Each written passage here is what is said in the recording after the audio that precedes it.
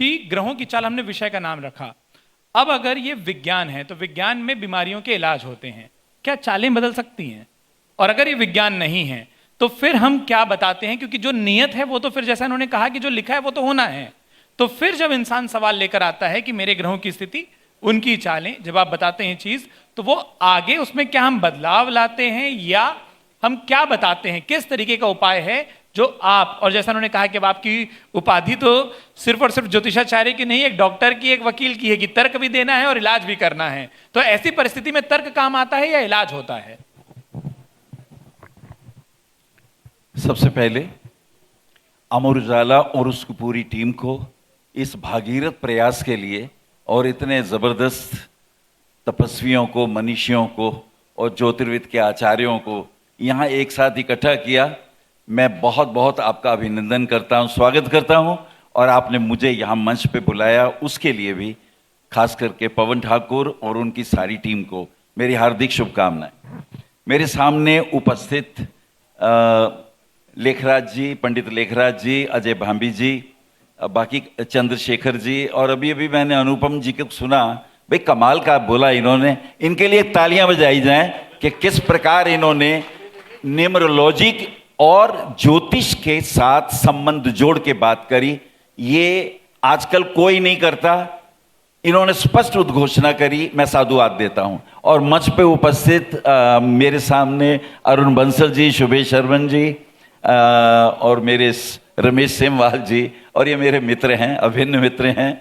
हम लोग लगभग काफी सालों से, मतलब सिटी चैनल हुआ करता था जब दिल्ली में, तो हम तब भी ज्योतिष के प्रवचन साथ साथ दिया करते थे। तो आपके प्रश्न बड़े प्यारे हैं और मुझे नहीं पता मुझे कितना समय है, तो वो मैं गुस्ताखी कर लूंगा। अच्छा, चलिए। तो सबसे पहले जो इसमें महत्वपूर्ण बात रहेगी, मैं जोड़ना चाहूंगा। मतलब आप लोग बार बार जब सोशल मीडिया कहते हैं उसमें फोन भी जोड़ना पड़ेगा, सिर्फ सोशल मीडिया जोड़ना नहीं पड़ेगा। कि हम मंच पर आए तो ये ध्यान रखें कि कोई जी। सबसे पहले मैं अपने इष्ट देव ओम गणेभ्यो गणपतिभ्यो नमो नमो, व्रातेभ्यो व्रातपतिभ्यो नमो नमो, ग्रीसेभ्यो गृषपतिभ्यो नमो नमो, विरूपेभ्यो विश्वरूपे वशवो नमो नमो, ओम गणपते नमः। इस देवता को स्मरण करता हुआ, अपने गुरुदेव को नमन करता हुआ मुख्य टॉपिक के ऊपर आता हूं। देखिए, प्रश्न बहुत कीमती हैं।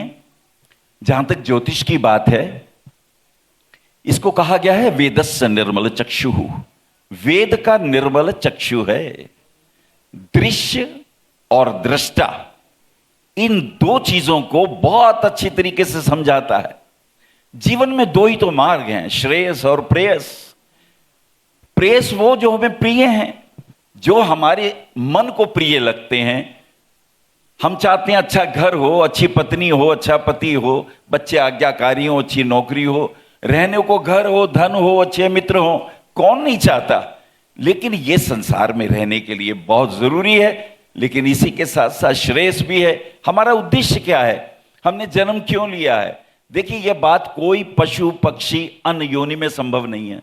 मनुष्य योनि मिली ही इसलिए है। श्रेयस, अपने को भी जानो, मैं कौन था, मेरे क्या कर्म थे, मुझे क्यों मिला ये शरीर, मैं क्यों एक डॉक्टर के घर में हूं, मैं क्यों एक वकील के घर में हूं, मैं अब क्यों ज्योतिषी बन गया हूं, ये मैं क्यों पेंटर हूं, मैं क्यों म्यूजिक डायरेक्टर हूं, मेरा उद्देश्य क्या है? तो श्रेयस मार्गों के अंतर्गत मुझे अपने को भी जानना है, अपने पिछले जन्मों के कर्म में कहां छोड़ आया था। एडिसन ने एक बात कही कि मैंने 1000 से ज्यादा आविष्कार किए, लेकिन दुर्भाग्य यह है कि जब मैं शरीर छोड़ूंगा, मैंने इतना कुछ अर्जित किया है, क्या मैं ये साथ नहीं ले जा सकता? मृत्यु मुझसे छीन लेगी, मेरी मेमोरी में सब कुछ वाश हो जाएगा और फिर से मैं जन्म लूंगा, फिर से पहली क्लास, फिर से दूसरी, फिर का खा गा, फिर ABCD। एक कितना बड़ा मनुष्य जाति के ऊपर एक कितनी बड़ी बात है कि पिछला जो मैंने अर्जित किया वो मैं साथ नहीं ले जा सकता। श्रेयस मार्ग साथ ले जाने की विधि बताता है। श्रेयस मार्ग ये बताता है कि ये जो मस्तिष्क है तुम्हारा, एक तो कॉन्शियस एक सब कॉन्शियस मस्तिष्क, सब कॉन्शियस मस्तिष्क में वही आता है जो तुम कॉन्शियस मस्तिष्क से सोचते हो।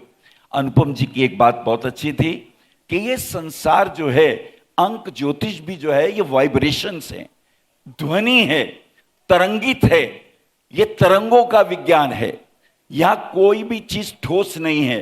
एक सीमित अवधि में लोहा पिघल जाएगा, एक खास ऊर्जा में पानी पिघल जाएगा, 100 डिग्री पे पानी भाप बन जाता है, हर चीज पिघल जाएगी और पिघलने के बाद फिर वो वाष्पीकरण में भी जाएगी और अंततः सूर्य को जो आत्मा का कारक कहा गया है, उसका अर्थ यह है कि वहां रश्मियां हैं, वहां स्पंदन है।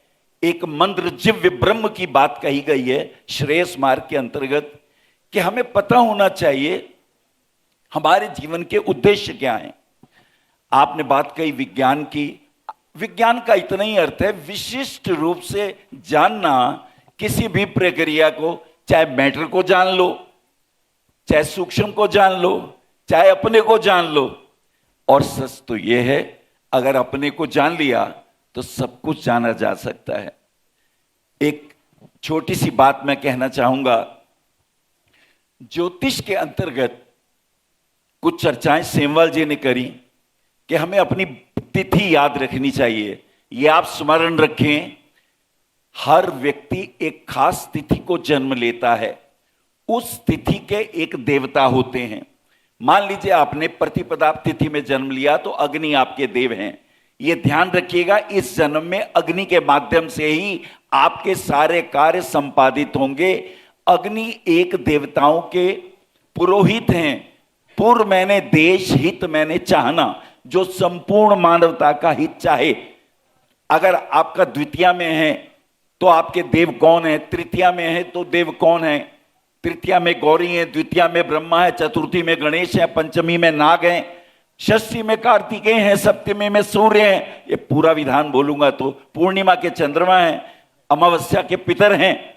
अगर आपको अपनी तिथि याद नहीं है, आप इस ज्योतिष करने का आपको कोई हक नहीं है। आपका पहली पूंजी ही तिथि है, दूसरी पूंजी वार है, और वार का महत्व होरा के अंतर्गत आता है। सेमवाल जी ने होरा का जिक्र किया, अनुपम जी ने होरा का जिक्र किया, तो इनकी बातों को मैं वो वैल्यू दे रहा हूं। होरा शास्त्र या होरा काल, होरा एक का सिंपल अर्थ हमने ये समझ लिया कि लगन के साथ हमने जो हमारे वर्ग हैं, षोडश वर्ग हैं, होरा का संबंध द्वितीय भाव से है। द्वितीय भाव कुटुंब का है, वाणी का है। आपका द्वितीय भाव वाणी का भी है, बोलने का भी है, विद्या का भी है और धन का भी है। लेकिन यहां होरा को और बारीकी से लेके जाइए। जन्मकालीन होरा को अगर आपको ज्ञान है, आपका जन्म मान लीजिए रविवार को होता है और मान लीजिए सूर्योदय के पहले ही 1 घंटे में होता है, तो आपने सूर्य की होरा में जन्म लिया है। ये जो सूर्य की होरा है हर 8 घंटे के बाद रिपीट होती है। अगर 6 बजे ये आई है तो फिर 2 बजे आएगी, फिर रात के 10 बजे आएगी। अगर आपको इस होरा का, अपने जन्म होरा का ज्ञान है, तो दूसरा आपका जो गॉड फादर है इस जन्म का, वो सूर्य है। ये जो वार का अधिपति है, इसमें जब कभी भी आप कोई श्रेष्ठ काम करेंगे, शुभ काम करेंगे, आपके संकल्प पूर्ण होंगे, क्योंकि जन्म के वक्त ये आपके गॉड फादर बन के आए हैं। और इन होरा के बाद अगर और बारीकी से मैं बात कर लूं, जो कि हमें बहुत बारीकी से ज्योतिष के माध्यम से समझनी चाहिए कि देखिए, ज्योतिष में पुरुषार्थ की बात कही गई, धर्म अर्थ काम मोक्ष। तो जन्म पत्रिका 1, 5, 9 धर्म का भाव है, 2, 6, 10 अर्थ त्रिकोण है, 3, 7, 11 कामनाओं की पूर्ति का त्रिकोण है और 4, 8, 12 मोक्ष का त्रिकोण है। अगर किसी भी व्यक्ति की जन्म पत्री में 4, 8, 12 में ग्रह ज्यादा हैं, ये व्यक्ति इस जन्म में श्रेयस मार्गों पे जाएगा ही। इसकी पत्री में मोक्ष के मार्ग खुले हुए हैं। जन्म पत्री देखते ही पता लगा लो ये करना क्या चाहता है। अगर उसकी जन्म पत्री में 2, 6, 10 भाव में ग्रहों की स्थिति ज्यादा है, ये अर्थ पैसा कमाने के लिए, ये वैश्यवृत्ति का आचार्य बनेगा। इसे धन कैसे कमाया जाए, छोटे छोटे सूत्र हैं। चलिए एक बहुत कीमती सूत्र आपको देने जा रहा हूं। ये गुरुगम्य विद्या है और शायद आप पहली बार सुनेंगे। अगर मैं अतिशोक्तिपूर्ण वर्णन न करूं गुरुदेवों को छोड़ता हुआ, वो तो ऋषि मुनि हैं। चलिए मैं आपको एक बहुत कीमती बात बताने जा रहा हूं। सपोज आपकी मेष राशि है, सपोज आपकी मेष राशि है। जिनकी मेष राशि है हाथ उठा लो, एक मिनट हाथ उठा लो एकदम। मेष राशि, अश्वनी भरणी कृतिका, बगल में भी है, वहां पर भी हाथ उठे हैं। जय हो प्रभु, जय हो। तो इनको अश्वनी भरणी कृतिका 3 नक्षत्र इनका मार्ग बदलेंगे इस जीवन में। अश्वनी, लगन पे आऊंगा बाद में। पहले तो ये 3 हैं, अश्वनी भरणी कृतिका। अश्वनी के आचार्य केतु, भरणी के आचार्य शुक्राचार्य और कृतिका के आचार्य सूर्य। तो केतु मोक्ष मार्गी है, शुक्र इस संसार के कंप्यूटर के जगत के एक्सपर्ट बनाएगा। कंप्यूटर, बुद्धि, एआई, इंटेलिजेंस, सौंदर्य बोध, ज्ञान विज्ञान, संसार के समस्त भोग्य चीजें और ऐश्वर्य की चीजें ये भोगने के लिए आए हैं सूर्य। और फिर आत्म तत्व, मैं अपने को भी जानूं। लेकिन अब इसको हम जानेंगे कैसे, क्या सबको ये मिलेगा? तो चलिए आपको एक बहुत कीमती सूत्र बताने जा रहा हूं। उस सूत्र को कहते हैं पोषक ग्रह। क्या कहते हैं, जोर से बोलो। पोषक ग्रह, जो तुम्हें विष्णु की भांति तुम्हारी रक्षा करता है। इस केतु को देखो, आपकी कुंडली में केंद्र में है कि त्रिकोण में है? एक केतु जिस भी राशि में है, उस राशि का अधिपति केतु जिस भी राशि में है, अश्वनी, मैं मेष राशि वालों की बात कर रहा हूं, उनका देखिए अश्वनी नक्षत्र का स्वामी केतु जिस भी राशि में है, उस राशि का उच्च और नीच का ग्रह कहां है? फिर से सुन लें, केतु जिस भी राशि में है, उस राशि का जो अधिपति, मान लो केतु शुक्र की राशि में है, 7 नंबर पे है। अब आप शुक्र की उच्च राशि मीन और शुक्र की नीच राशि कन्या, इस बुध और गुरु को देखिए, क्या ये केंद्र में है? क्या ये चंद्रमा से केंद्र में है? क्या ये सूर्य से केंद्र में है? आपने सुदर्शन पद्धति की बात करी थी। तो ये व्यक्ति केतु मोक्ष के मार्गों पे, आध्यात्मिक में मार्गों पे ध्वजा फहराएगा। ये है सूत्र।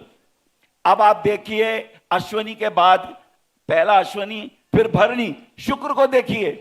शुक्र जिस भी राशि में है, मान लो शुक्र मंगल की राशि में है, मेष राशि में है, तो अब मेष राशि का स्वामी मंगल उच्च का होता है मकर में, नीच का होता है कर्क में। अब आप देखिए, ये चंद्रमा और शनि क्या शुक्र के केंद्र में है? क्या लगन से केंद्र में है? क्या चंद्रमा से केंद्र में है? ये संसार के ऐश्वर्यों का भोक्ता होगा, बॉलीवुड में ये नाम कमाएगा, ये कवि होगा, ये बहुत बड़ा राइटर होगा, इसकी एडवर्टाइजिंग एजेंसी होगी और ये व्यक्ति कंप्यूटर का विजार्ड बनेगा। और चलिए एक बात आखिरी बोल दो, बीच में मत टोको। सूर्य, नहीं तो बात अधूरी रह जाएगी। मैं 12 राशियों पे बोलूंगा, नई किताब लिखी जाएगी यहां। ये वो सूत्र दे रहा हूं, पोषक ग्रह का सूत्र, ऋषि पराशर का वो सूत्र जो आपने शायद पढ़ा हो, ध्यान में भी नहीं होगा। अब बात रही अश्वनी भरणी कृतिका की, कृतिका का स्वामी सूर्य।